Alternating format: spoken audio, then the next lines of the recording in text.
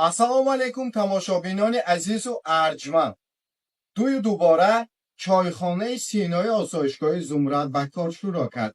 در اینجا آش پلاو تاجیکی آماده میکنند. شما در محیط آرام و آسایشته نشسته با یاران و دوستان خویش استراحت کرده باشید. همه روز از ساعت 12 آش ما آماده است. مرحمت به چایخانه سینای آسایشگاه زمرد. واقع سلامت باشه. آمده در محیط آرام و آسایشته و زیبا استراحت کنید.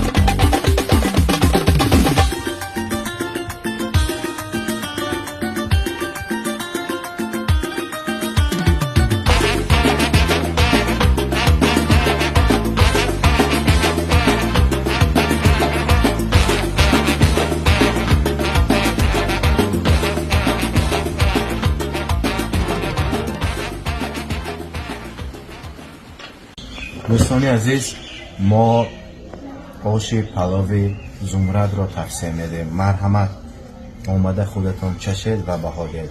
خیلی با مزه است چون با روغن زغیر و برنج گرزیره است برآماده شده است.